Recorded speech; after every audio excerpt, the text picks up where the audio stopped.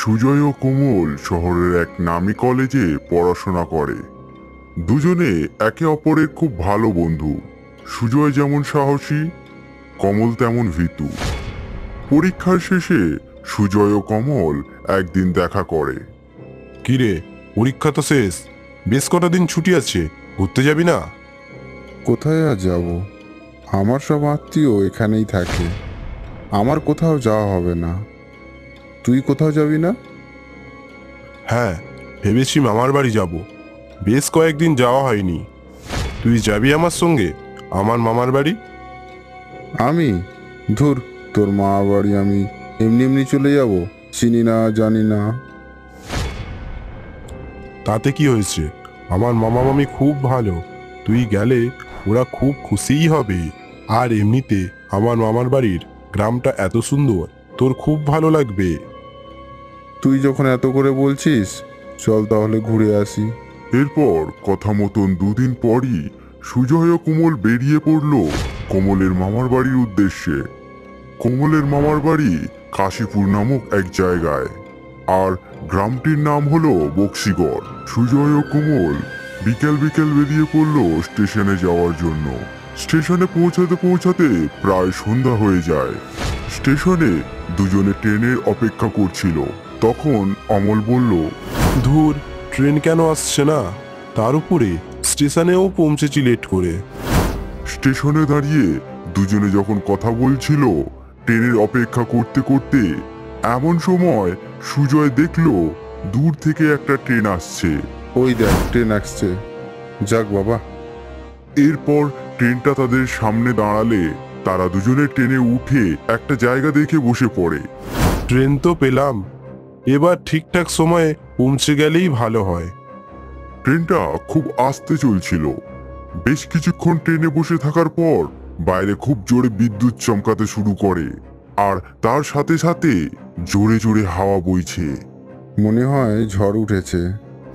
হ্যাঁ রে, তার উপরে যেভাবে ট্রেনটা চলেছে, মনে হয় কাশীপুর স্টেশনে পৌঁছাতে পৌঁছাতে অনেক রাত হয়ে যাবে। তাহলে তো বিপদ। কেন? কি বিপদ? অনেক রাত হয়ে গেলে মামার বাড়ির ওখানে কোনো ঘোড়ার গাড়ি পাওয়া যাবে না। তখন গরুর গাড়ি করে জঙ্গলের কাঁচা রাস্তা দিয়ে যেতে হবে। তাও আবার কপাল ভালো থাকলে গরুর গাড়ি পাওয়া যাবে। এরপর অনেক রাতে সুজয় ও কোমল শেষমেশ কাশীপুর স্টেশনে পৌঁছালো। স্টেশন থেকে তারা বাইরে বেরিয়ে রাস্তার দিকে এসে দেখে প্রচুর জোরে জোরে বৃষ্টি পড়ছে, আর বাইরে কোনো গাড়ি নেই। এমন সময় কোমল একটু প্যানিক করে। দেখলি তো সুজয়, একটা গরুর গাড়িও নেই, এবার কি হবে? দূর, তুই এত ভয় পাস না তো। কি হবে, স্টেশনে রাত কাটিয়ে দেবো।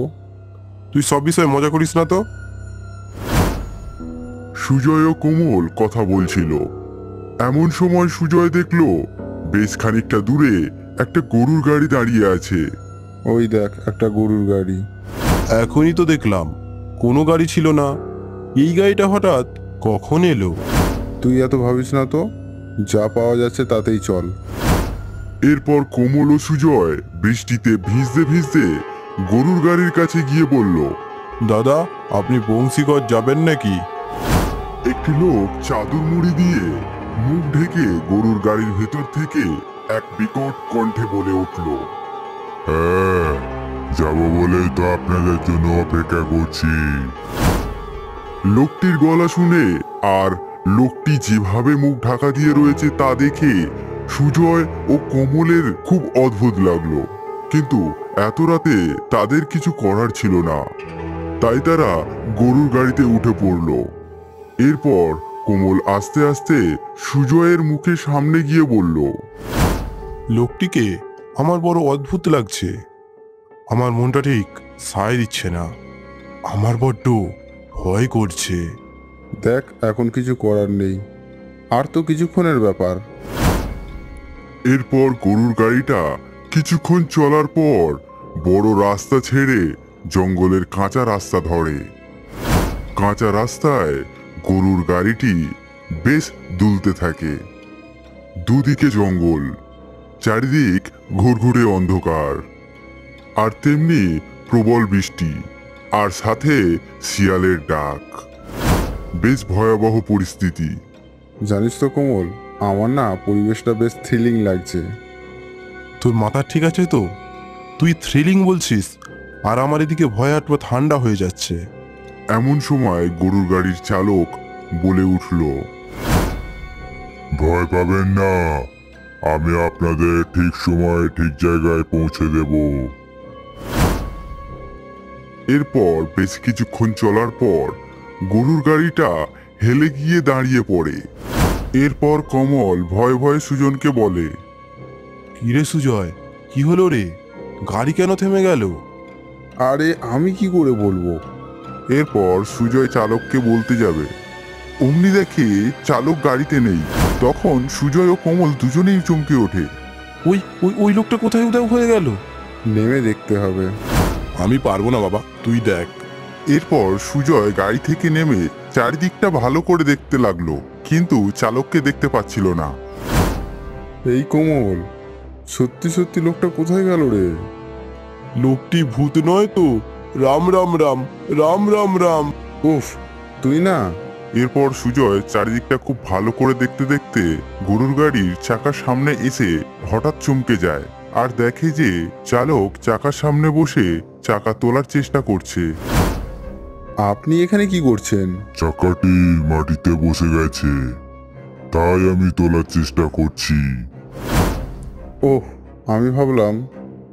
এ গাড়ি আর চলবে না, কাল সকাল না হলে ঠিক করা যাবে না। এবার কি হবে? এই জঙ্গলে আমরা কি করব? আপনারা ভয় পাবেন না, আপনারা এখানে থাকুন, গাড়ি ঠিক করে আপনাদের নিয়ে যাব। মানে এই জঙ্গলে কি করে থাকবো? কাল সকাল অবধি আমাদের দেহ আর আস্ত থাকবে না। আহ, তুই এমন করিস না তো। আপনি ভয় পাবেন না, ওই দেখুন একটা কুঠি, ওটা অ্যান্টনি সাহেবের কুঠি। আপনারা ওখানে থেকে যান আজ রাতটুকু, উনি খুব ভালো, আপনাদের থাকার জন্য একটা ঘর দিয়ে দেবে। এরপর সুজয় ও কমল অ্যান্টনি সাহেবের কুঠিতে গেল। দেখলো কুটির দরজা খোলা। ওরা ঘরে ঢোকা মাত্র একটা অদ্ভুত গন্ধ পেল, আর চারদিকটা এত অন্ধকার ছিল যে তারা কিছুই দেখতে পাচ্ছিল না। কি বিভৎস গন্ধ! মনে হয় বহু বছর ধরে এখানে কেউ থাকে না। আর তার উপরে চারিদিকটা কিছুই দেখা যাচ্ছে না। এখানে আমি থাকবো না, আমার ভয় করছে, চল তো এখান থেকে।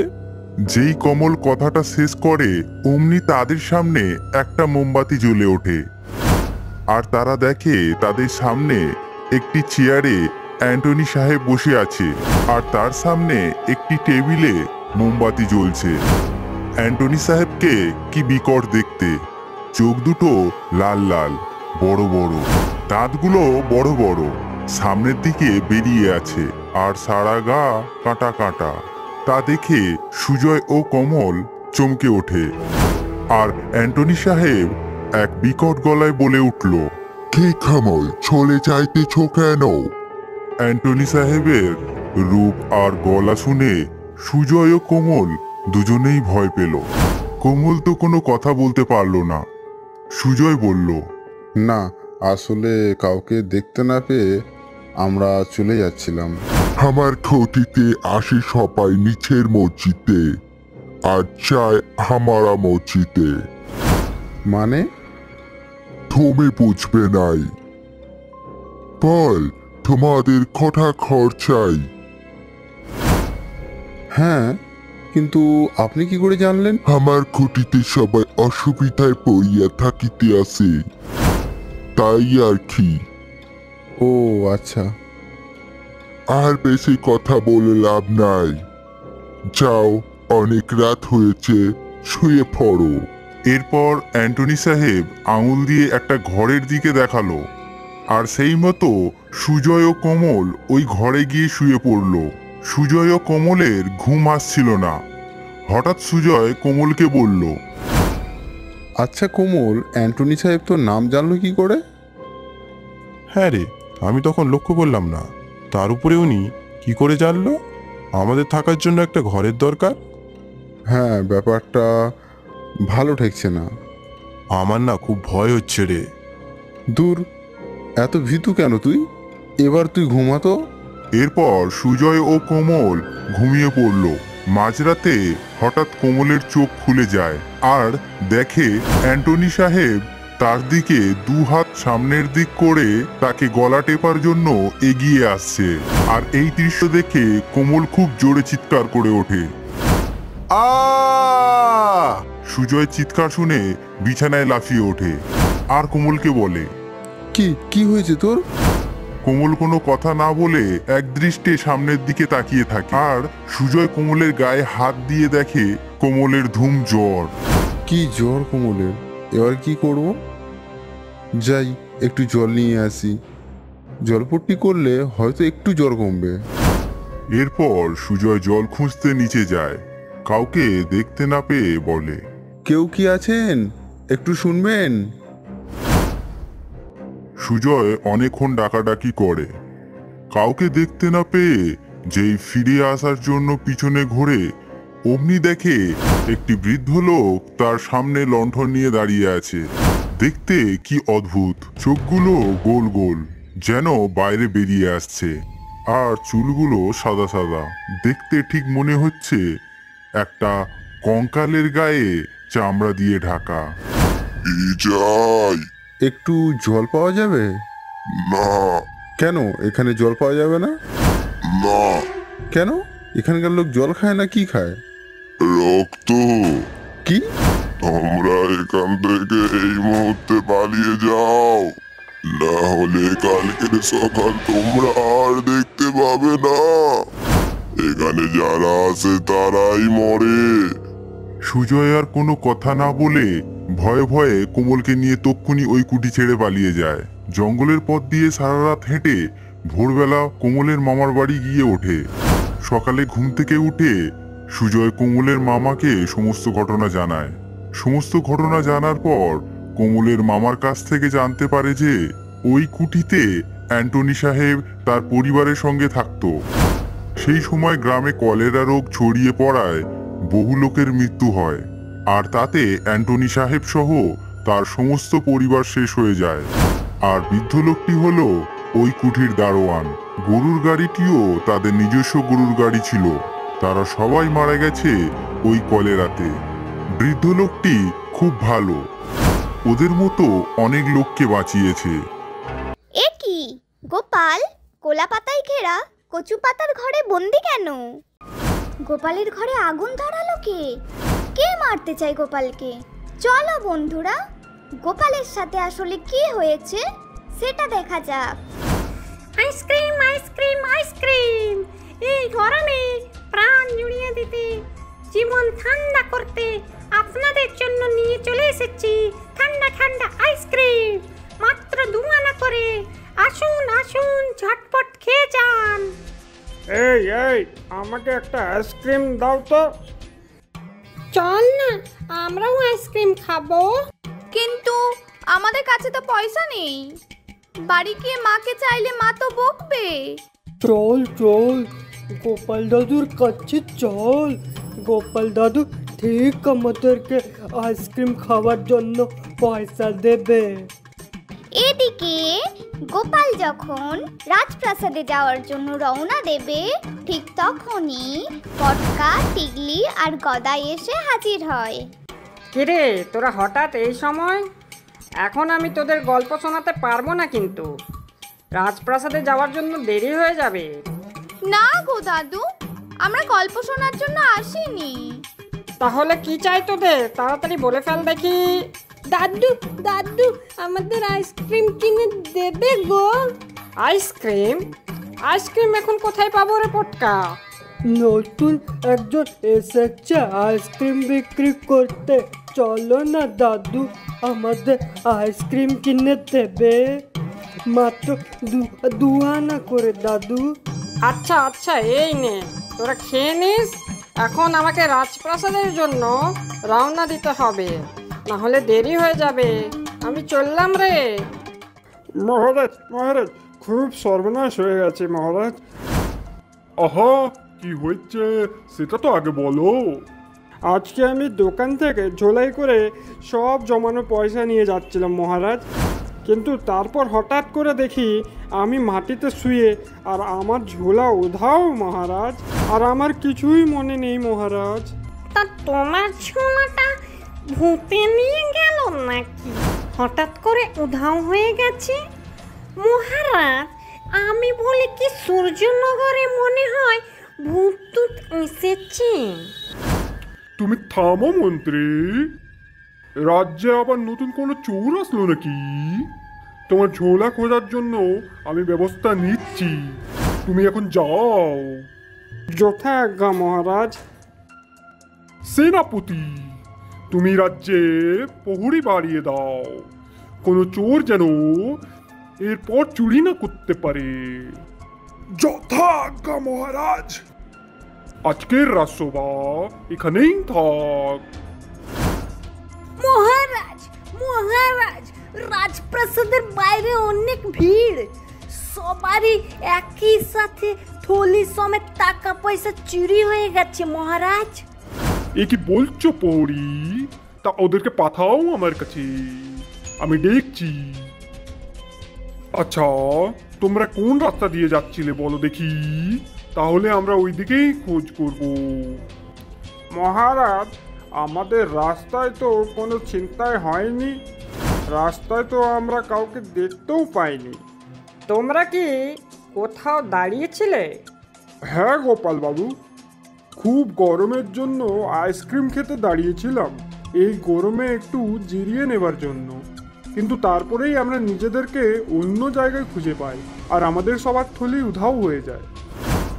এটা দেখছি অদ্ভুত ব্যাপার, বিষয়টা আমাকে দেখতে হবে। মহারাজ, চিন্তা করবেন না, আমি ঠিক ওই চোর বেটাকে হাতে নাতে ধরবো। তা কি করবে শুনি? সেটা না হয় কালই দেখতে পাবেন মন্ত্রী মশাই। রাজসভা শেষ হয়ে যাওয়ার পর গোপাল নিজের বাড়ির দিকে রওনা দেয়, আর তখনই পটকা, গদাই আর টিকলিকে দেখতে পায়। এই পটকা, গদাই, টিকলি, এদিকে শোন তোরা। আইসক্রিমটা খুব সুন্দর ছিল দাদু, খুব মজা করে খেয়েছি আমরা।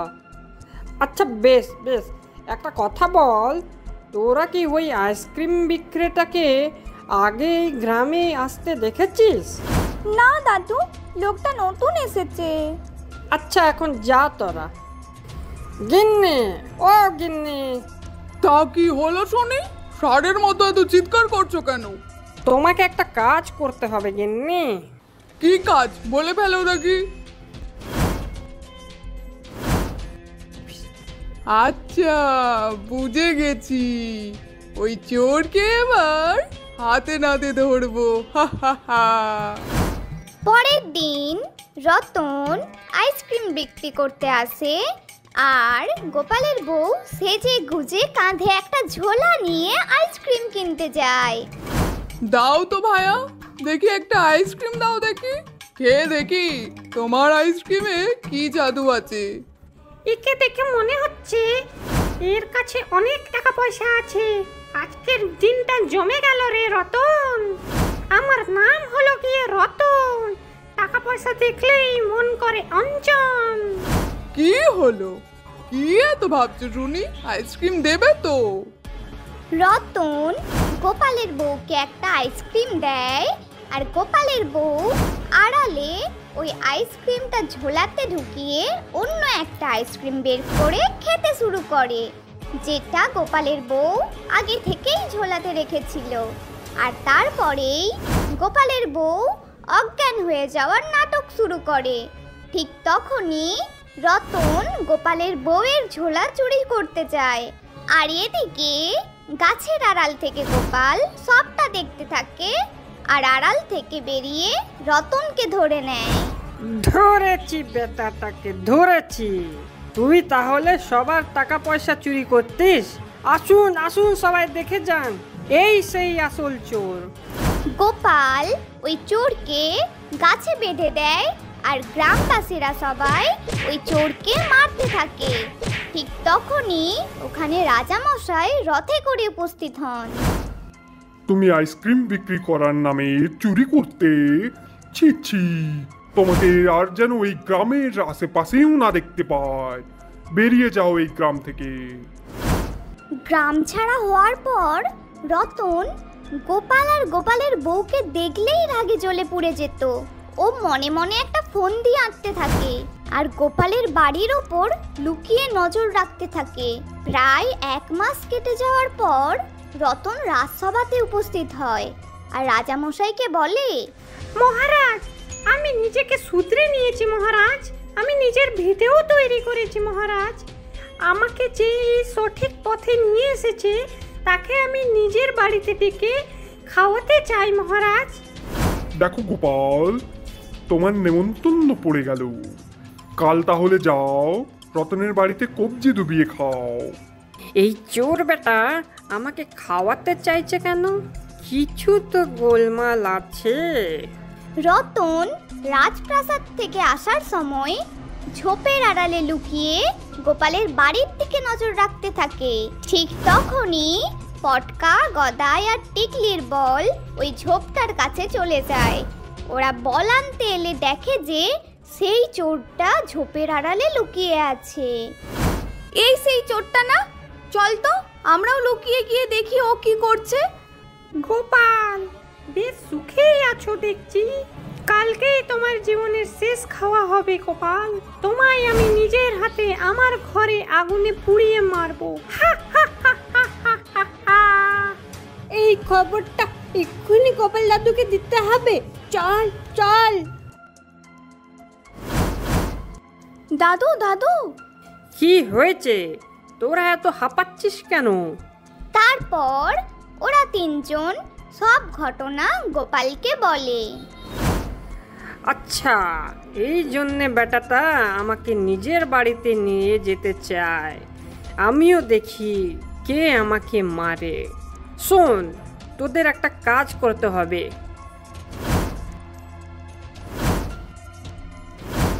ঠিক আছে দাদু।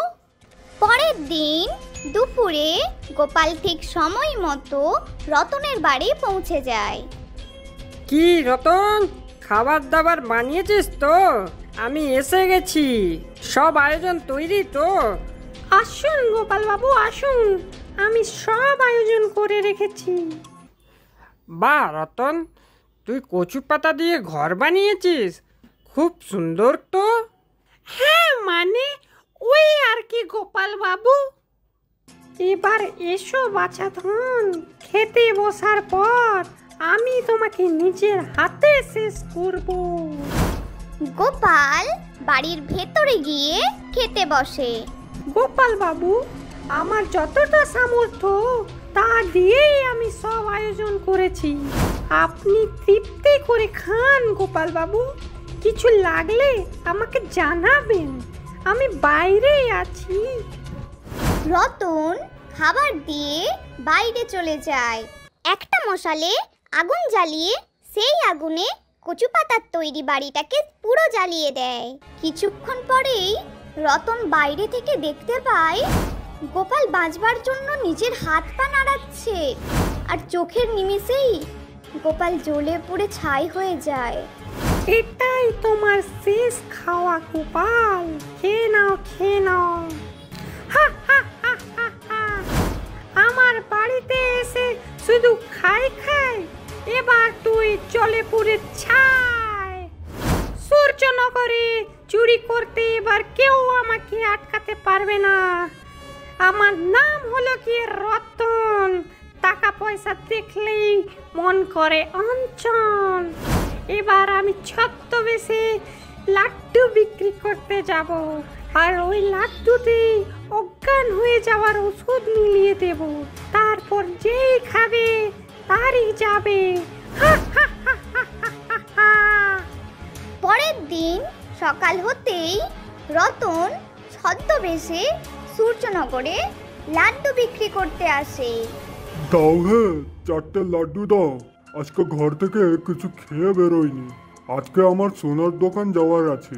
সোনার দোকানে খুব লাইন লেগে আছে, তাড়াতাড়ি দাও তো দেখি। আমার নাম হলো গিয়ে রতন। টাকা পয়সা দেখলেই মন করে অঞ্চন। তার মানে লোকটার সোনার দোকান আছে, থলিতে অনেক সোনা আছে। আজকে একেই লুটে নিয়ে যাব, আমি বড় লোক হয়ে যাব দেখছি।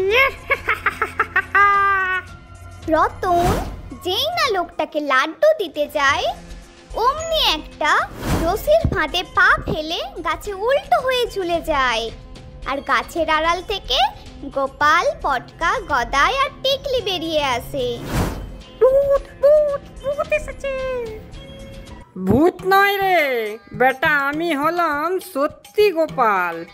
কি ভেবেছিস আমাকে জালে পুড়িয়ে ছাই করে দিবি? তুমি বাঁচলে কি করে গোপাল? তারপর গোপাল সমস্ত ঘটনা খুলে বলে কিভাবে সে পটকা, গদাই আর টিকলির সাথে উপায় বের করে। যখন গোপাল জানতে পারে তাকে খাওয়ানোর নাম করে পুড়িয়ে মারবে, তখনই গোপাল ওদের তিনজনকে বলে একটি মোমের পুতুল তৈরি করায়, যেটা দেখতে পুরো গোপালের মতন হয়। বাড়িতে আগুন লাগানোর ঠিক আগেই গোপাল ঠিক সময় বুঝে বাড়ির পেছনের দরজা দিয়ে বেরিয়ে পড়ে আর ওই মোমের পুতুলটাকে রেখে দেয়। আগুন লেগে যাওয়ার পরেই পটকা, গদাই আর টিকলি জানালার পেছনে দাঁড়িয়ে একটি দড়ির সাহায্যে পুতুলটির হাত পা নাড়াতে থাকে, যেটা দেখে রতন সত্যিকারের গোপাল ভাবে। আর ওই গোপালের মতন পুতুলটাই জ্বলে পুড়ে ছাই হয়ে যায়। তারপর গোপাল ওদের তিনজনকে নিয়ে বাড়ি ফিরে আসে। ইতিমধ্যেই রাজামশাই ওখানে উপস্থিত হন। গোপালকে পুড়িয়ে মারার অপরাধে তোমাকে সারা জীবন কারাগারে বন্দি করার আদেশ দিচ্ছি। সৈন্যরা, বন্দি করে নাও এই রতনকে। গোপাল, তুমি এই সূর্যনগর গ্রামকে রক্ষা করেছো, তোমাকে আমি 100টা মোহর দিয়ে পুরস্কৃত করব গোপাল। ধন্যবাদ মহারাজ। দেখুন গোপাল পণ্ডিতের মজার মজার হাসির গল্প। আমাদের এই গল্প ভালো লাগলে একটি লাইক, শেয়ার আর কমেন্ট করতেও ভুলবেন না কিন্তু।